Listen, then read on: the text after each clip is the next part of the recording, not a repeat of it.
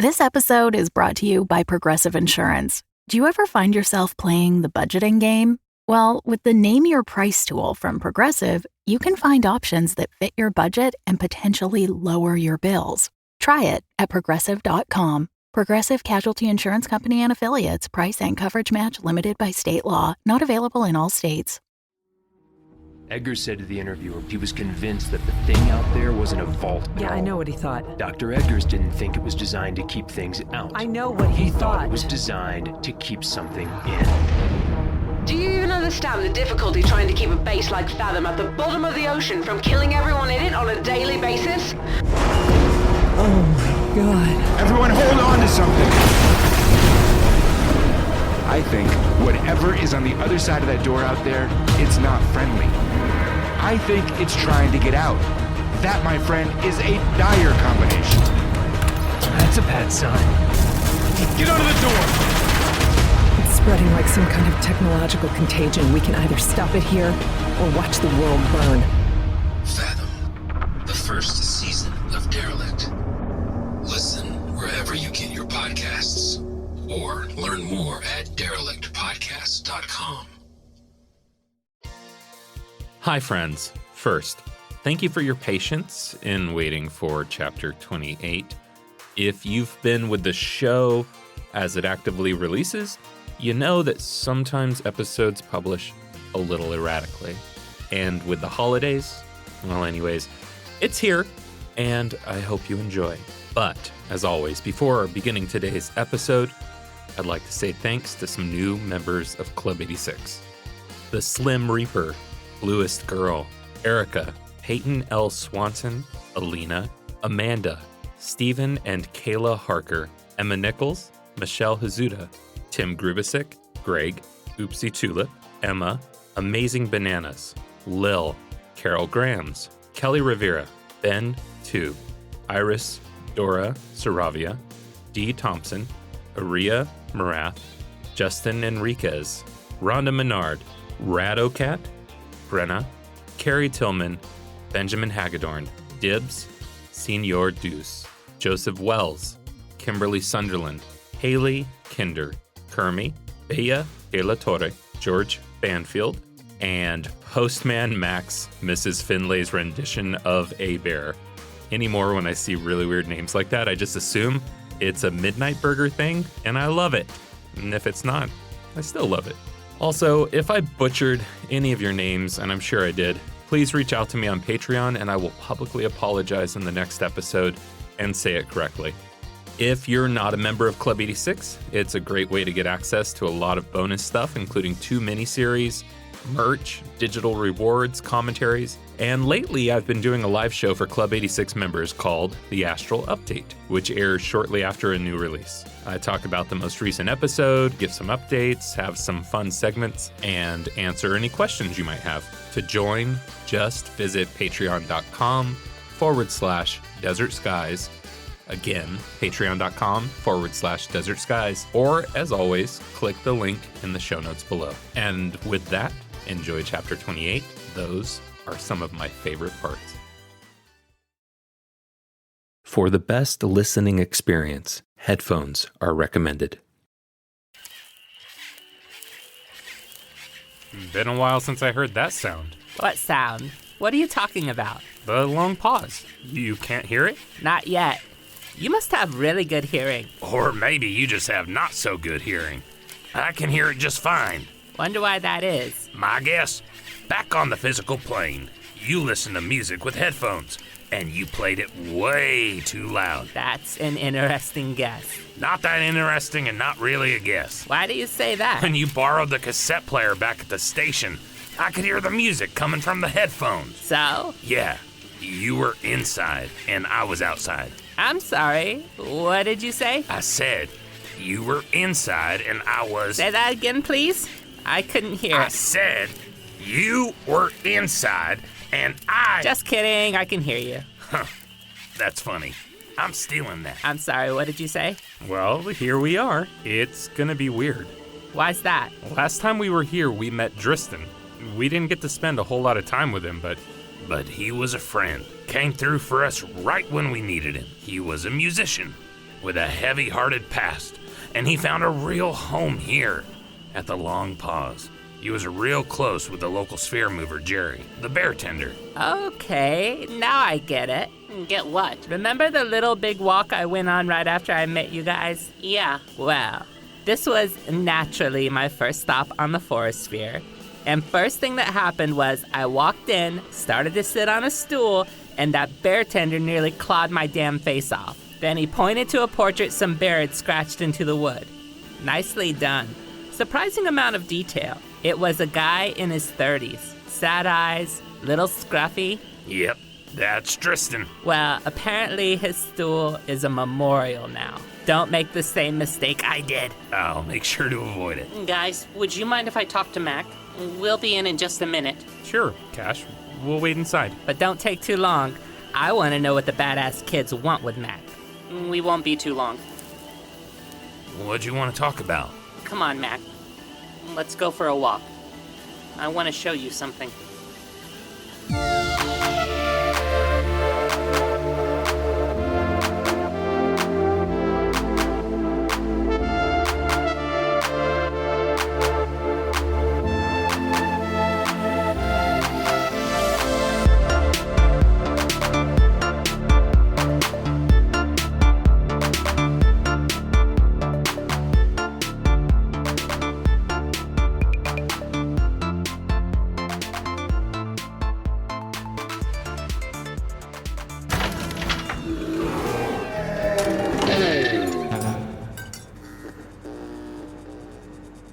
Why is everyone looking at me? Well, from what Jerry has told me, you're kind of a celebrity around here. Me? Why? You're the attendant, of course. These bears credit you and Mac with saving the Astral Plane. Of course, no acknowledgement of the part I played. Yes, I know you played a part as well. The bass, as I remember. Jerry, can you tell them to start playing again? Thanks. Attendant, go out there. Shake some paws. Your furry fans would be thrilled to meet the great attendant of desert skies. Okay. So you found them. Where's Mac? Outside with Cash. Corson, have you ever heard of the Bacox? The Bacox. Yes. B-A-K-O-C. Can't say that I have. Is there a place a little more private we can talk? Mac and Cash should be here soon. There's a room behind the bar. It has a table and some chairs. Follow me. Great. Jerry, that's your name? Assuming that's a yes. 2 beers, please. Oh, no, none for me. What do you... Oh, you thought I was getting you one. This is embarrassing. You do intend to stay sober, do you not? I can't stand drunk humans. I don't get drunk, Corson. Then what do you get? Even. Why you like this? I don't know. Ask a shrink. Collect your libations and follow me. Thanks, Jerry the bear. What did he say? He said he remembers you, and that if you get out of line, I am to deliver you to him for correction. He is a very scary bear. You have no idea. How are you, Mac? You tell me. I'm sure you've already peeked at my soul. You haven't spent much time on the forest sphere, have you? No, not really. It might just be my favorite. Well, one of them. I can't wait to experience it in my human frame. I just love the sound of the wind and the trees, and the chorus of crickets. It smells amazing. I bet it does. There's something I want to ask you about, but I'm scared you're not going to want to answer. I know, Mac, but trust me to answer what I can, and know that what I can't is only for your good. What's the question? Did you lie to me? Lie to you? About what? When you got back, you said I was a sweet man. And even though I kind of hate being called sweet, I hate it less than the idea of being, well... Bad? Yeah. Mac, what does that bad mother want with you? She wants me to join the Bacox. Does she really think you're badass kids of Corsicana material? What do they even do? Just hide in the interstate and get old? It's weird, Cash. She said there's a man who wants me to join him, wants me to become a part of their little cult. Who's the man? She wouldn't say. Said it's not time for him to reveal himself to me. That sounds a little unbelievable. Tell me more. She said they're seekers and finders, that the interstate is the glue that binds realities together, the different planes and even different times. She said that if I joined them, that he could show me how to use it. C.A.S.H, she said that their leader thinks that if a person is able to collect enough facts from the different planes... Facts? Yeah, facts. That's what she said. Collect facts. Yeah, C.A.S.H, that's exactly what she said. She said it a bunch. Why does that matter? Because, Mac, there's only one creature on the physical plane who's consumed with collecting facts. Creature? Did she say it was a man? Yeah. Wait. No, I don't think she ever did.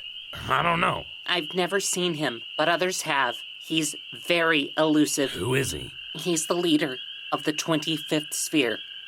The Grand Trivia Lizard. Wait. The Grand... Nani's met him, but she wouldn't remember. Nani's met him? If she doesn't remember, how on earth would you know she has? Back before we ever met her, Nani had a room in the cave where you left us.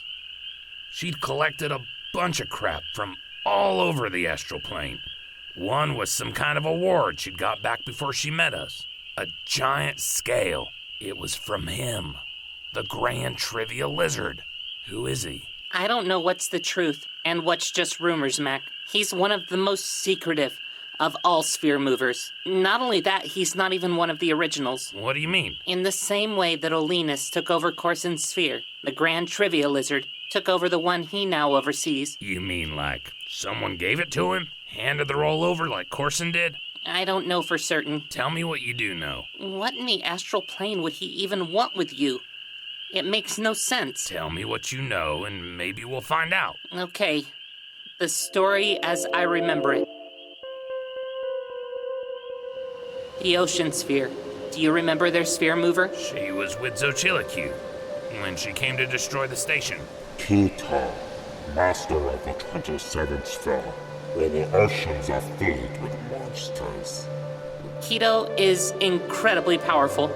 Having mastered an understanding of the giant creatures that inhabit the oceans of her sphere, she can control them in ways that both comfort the traveler and terrify. So, the Grand Trivia Lizard, is he some sort of giant ocean monster? No, he's not. Not an ocean monster anyways. The Ocean Sphere is home to 5 oceans and 5 islands. Before the highway was constructed, travelers made their way across the sphere on the backs of the 5 giant sea creatures that inhabit it, visiting the 5 islands, where they'd face the 5 trials of Keto. You sure are saying 5 a lot. As scary as it was to ride on the backs of these monsters, the travelers were safe, but it was Keto's job to make sure of it. So, what kind of challenges did they face? Most aren't important to the story, but I can say this. They were difficult. They took a long time.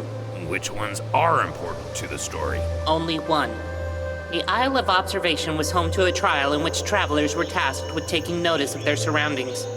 Not just noticing them, but seeking to understand them. Keto would lead them into the center of a circle.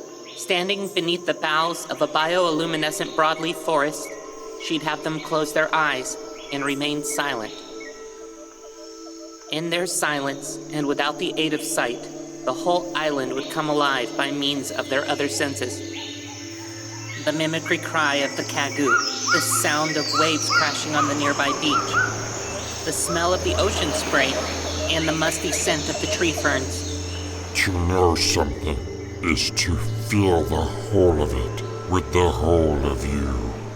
To let your senses take hold of that which you seek to understand. Keto would keep travelers on the Isle of Observation until the island itself became almost a part of them. Why? Because, as humans, and yes, it feels strange saying that in this frame, as humans, we're terrible at being present in the worlds that surround us. Our senses are muted, pushed to the side by a consciousness preoccupied by past and future. Not the here, not the now, How do you know so much about this challenge? I've seen it, Mac. When we rebuilt the highway, we built exits from the bridge to the islands below, allowing Quito to once again lead travelers through the experience. It was Quito who showed me the trial, and it was Quito who told me about him. The Grand Trivia Lizard. Before he was the Grand Trivia Lizard, he was just a small gecko who looked on silently from the trees, watching trial after trial with great wonder. His name was Alan. As the story goes, along with each traveler, Alan would close his eyes and he'd listen, and he'd smell, and he'd taste the world around him through scent particles on his tongue. Quito would watch him with wonder, amusement, for no other creature on the ocean sphere exhibited such intelligence. Quito could see on Alan's face such tremendous delight as he became one with the island, as sounds and tastes and smells danced in and through his senses, connecting him with the world around him. And then a time came when Quito looked at Alan's favorite tree, expecting to see the lizard who had amused her so much. And he was gone. It would be ages before he was seen again. Where did he go? No one knows for sure. After much time had passed, Quito was approached by a courier with an invitation. The 25th sphere had a new sphere mover. There would be a celebration to honor his coronation, and she was one of just a select few who'd been chosen to attend. Quito was taken aback. Not only was she shocked to hear that there was a new sphere mover, but to call his ascension to the role a coronation filled her with grave concern. This was long before Xochitlcu's attempt to seize power. Sphere movers had always considered themselves servants to the purposes of the Astral Plane. Even if begrudgingly, a coronation meant that this new sphere mover considered themselves royalty. A sphere mover king. Right. Well, she accepted the invitation out of that concern. She left for the 25th sphere immediately. When she arrived, she found a small number of other curious and concerned sphere movers. Some she knew, some she didn't. They were attended to by the sphere's inhabitants, who insisted on blindfolding them before leading them to the coronation. The sphere movers protested, but their curiosity moved them to concede. They were led on a long walk, then heard the sound of a large steel door being opened. Once inside, their blindfolds removed, they realized that they were underground. The air was humid, musty, and a deep fog filled the air.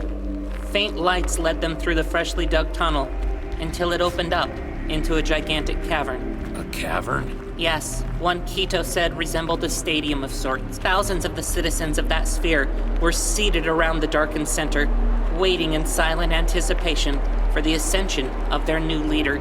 And in the darkness, Quito saw something move, something gigantic. And then the lights came up, and there was a throne, a great throne, and seated on that throne was the monster she once knew as Alan. The crowd went wild.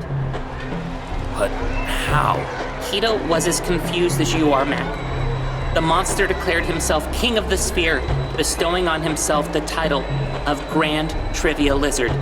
He took a gold crown and placed it upon his own head, and then looked to the band of sphere movers he'd invited. On their own spheres, they were giants among men, but in his presence, they felt small as ants. It was then that Quito noticed something strange. Seated on the floor next to the throne, she could see 5 men, each one grinning menacingly at the sphere movers, delighting in their fear. Then, the lizard spoke. Greetings, my friends. Welcome to my grand home. Do you like it? What's the matter? Cat got your tongue? Surely you must know that I mean thee no harm. After all, I'm one of you now. We are family. And what does a family do? A family plays trivia! One by one, the sphere movers were called to the floor of the cavern, where they stood before the Grand Trivia Lizard. And did what? Play trivia? He calls it trivia, but it's more of an interview.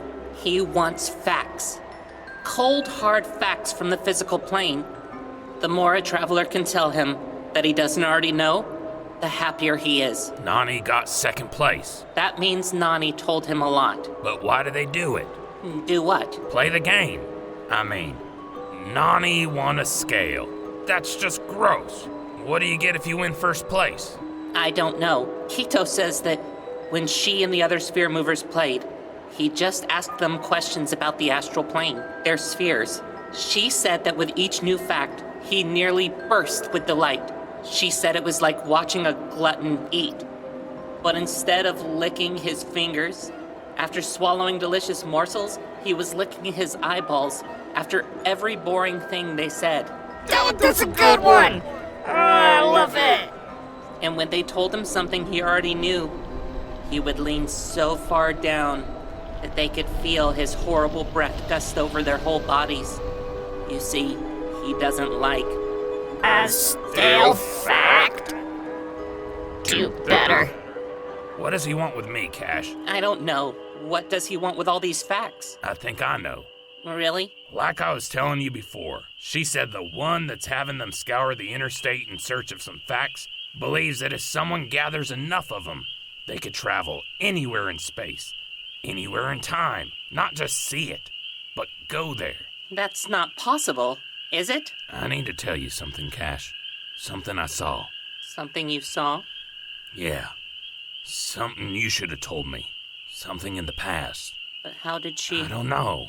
What did she show you? Something that happened on the physical plane. What did she show you, Mac? C.A.S.H, am I a bad man? Tell me what she showed you. AI is incredible. It can teach you how to fry an egg and even write a poem, pirate style. Yarr! But it knows nothing about your work. Slackbot is different. It doesn't just know the facts. It knows your schedule. It can turn a brainstorm into a brief. And it doesn't need to be taught. Because Slackbot isn't just another AI. It's AI that knows your work as well as you do. Visit slack.com/meet Slackbot to learn more. Año nuevo. Los mismos Extra Value Meals en McDonald's. Ahora te puedes llevar 2 snack wraps y papitas y una bebida mediana por solo $8. Solo por tiempo limitado. Precios y participación pueden variar. Los precios pueden ser más altos en Hawái, Alaska y California y con entrega. I knew exactly what you're talking about, bitch. Right. Speaking of bitches, look who's back. Me. I'm back. We can see that? Sit down, attendant, before you fall. Don't mind if I do. You guys are so pretty. Tendy? Yes, my good friend? What you been up to? I did what Corson said. I don't know what you think I said, but I didn't say whatever this is. Turns out that when you're a hero, people like to give you drinks. And when said people are bears, they don't like it when you say no. I'm sure you could have said no, Tendy, and they would have understood. Oh, yeah? Look at this. Oh, God, what have they done to your stomach? It's called tickling, I think. It's different when there are claws involved. You should have seen it before it started healing. That must hurt. It did. Now it doesn't. Now I feel nothing. Okay, I'm gonna leave you 4 here and get some air. Corson, did you call the station? The tires are on their way, attendant. Good. Okay. I am going. Do you guys want to dance? We are fine. Right here. Right you are. Later. No more. No. I can't. Okay. Just one. Wow. Right. Should we help him? Yes, probably. Let's save the boy.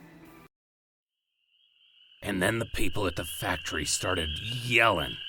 It sounded like some might have been crying.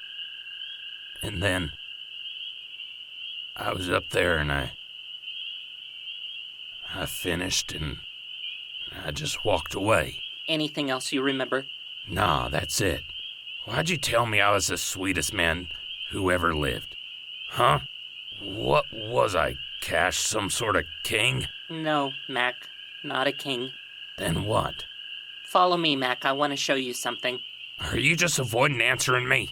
No, I'm not. Follow me, and if it's all right, let's stay quiet as we walk. I need to think. Yeah. Yeah, okay, I can stay quiet. Oh my word. It's one of my favorite places on the Astral Plane. I knew it would be here again. I've never seen so much water. And it's... Is it glowing? Yeah. You see it too, right? I did once. Did? Yeah. How does it glow for me and not for you? I don't know exactly. Why are we here? Why'd you want me to see a lake? Pick up a rock. A rock? Yeah. A big one or a small one? Doesn't matter. Just grab the first one you can find. Okay, let's see. Here we go. Now, toss it in. You want me to just chuck it into the lake? Yeah, Mac. Go for it. All right. Wow. I figured it would be here. The Prime Mover showed me, and now I want you to see. See what? That ripple? It's part of you. The part of you that you're afraid of. The part that's causing you trouble because of how much you hate it. I don't follow. When you threw that rock, what happened? Well, what a rock does. The water rippled out from where it landed. But... And what color was it? Red. When you looked at it, how did you feel? I felt bad. Can you be more specific? I felt ashamed. Why do you think you feel ashamed? Because of the thing she showed me. Whatever it was that I did to those people. Grab some more rocks. I'm going to get some too. Why? Just do as I say. All right, bossy pants. While we're looking for rocks, I'll try to explain. This lake is strange, Mac. It doesn't glow for everyone. Really? No, but it glowed for me the first time I saw it, and I figured it would probably glow for you too. Explain. Way back then, when I set out to help rebuild the highway, I was having a hard time. How so? I was feeling things. What kinds of things? Things that were the result of, well, a number of things, including some things I'd rather not talk about at the moment. But I just shared with you. That was your choice, Mac, and I'm thankful. Okay. Anyways, I was feeling some pretty big feelings when I found this lake. Wow, beautiful. What is this place? Is it one of the stops travelers used to make? Yes, and no. What do you mean? You'll see more of it. Some features of the Astral Plane are more curious than others.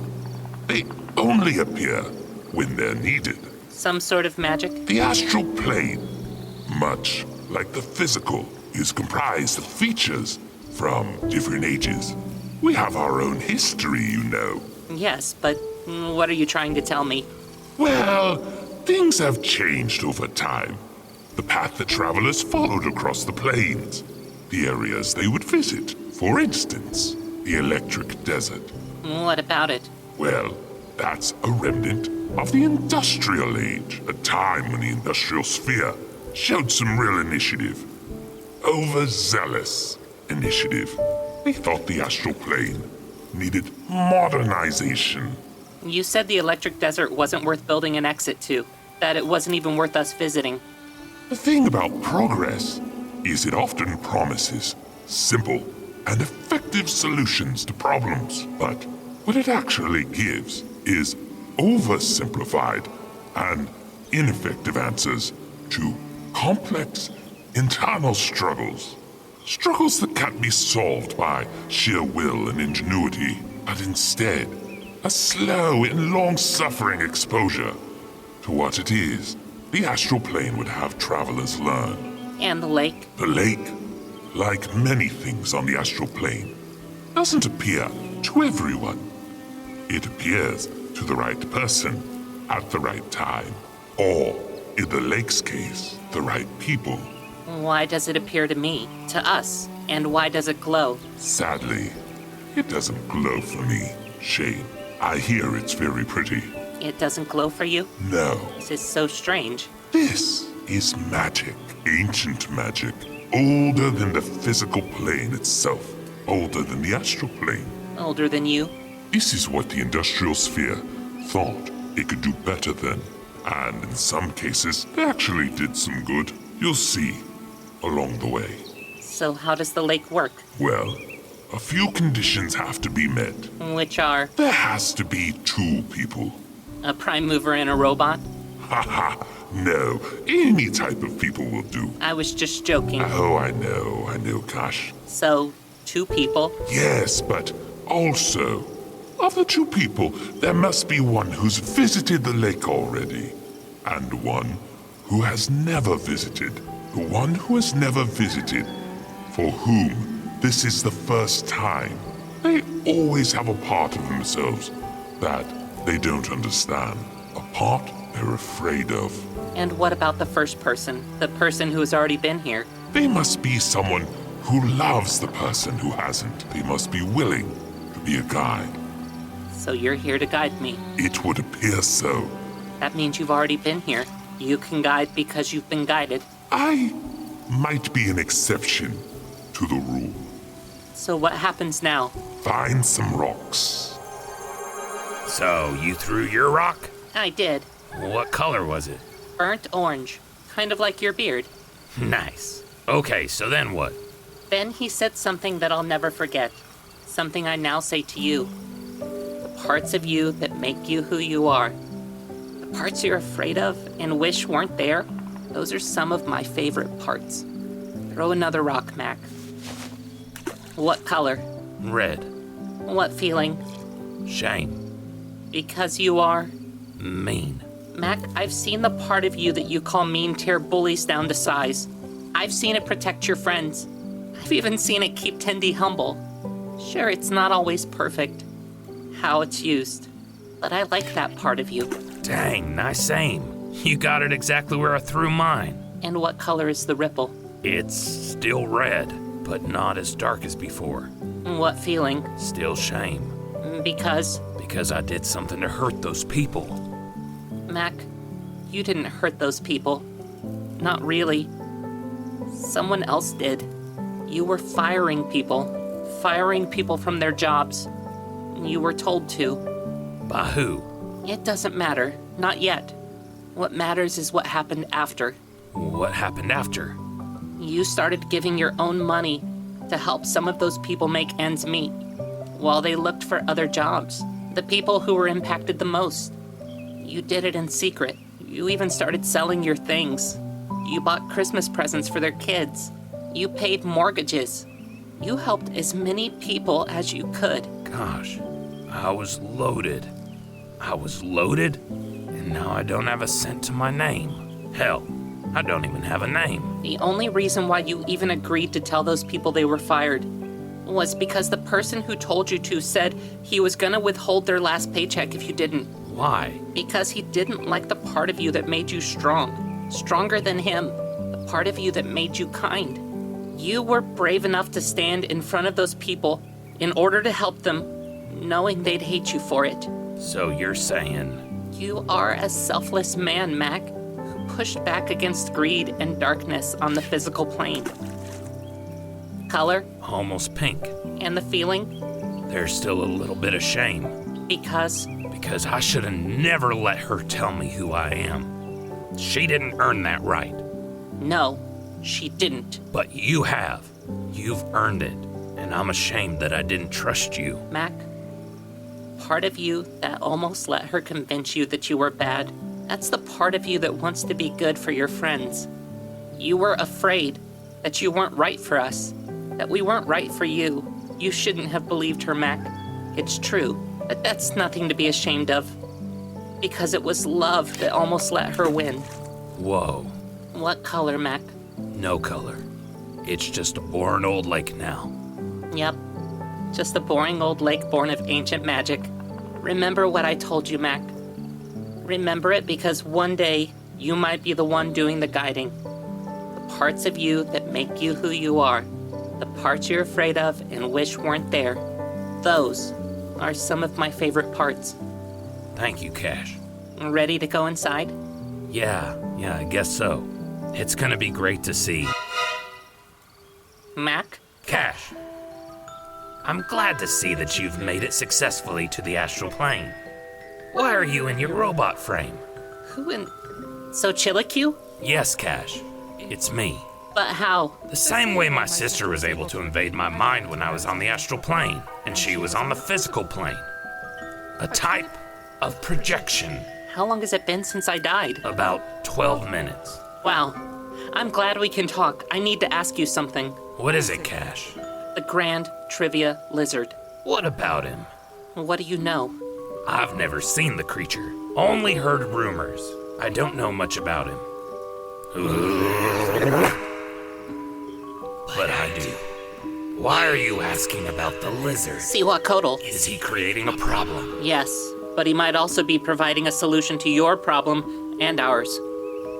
A way home for both of us. Tell me everything.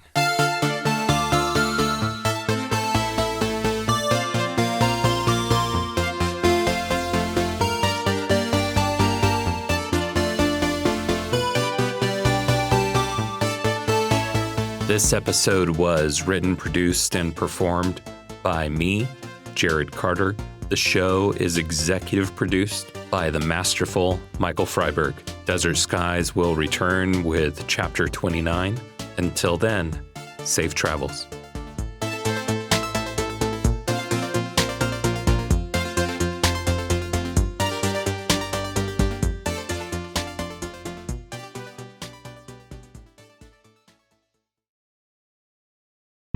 The Fable and Folly Network, where fiction producers flourish. From the team behind the award-winning Best Fiction Horror podcast, Nightlight. A new audio drama that brings the southern folklore of True Blood and the cosmic horror of Lovecraft Country to your ears. You don't hear that, do you? Afflicted is a tale of hoodoo, a demonic book bound in human flesh, and natural disasters that are anything but natural. Which grave did you get the dirt from? Which grave?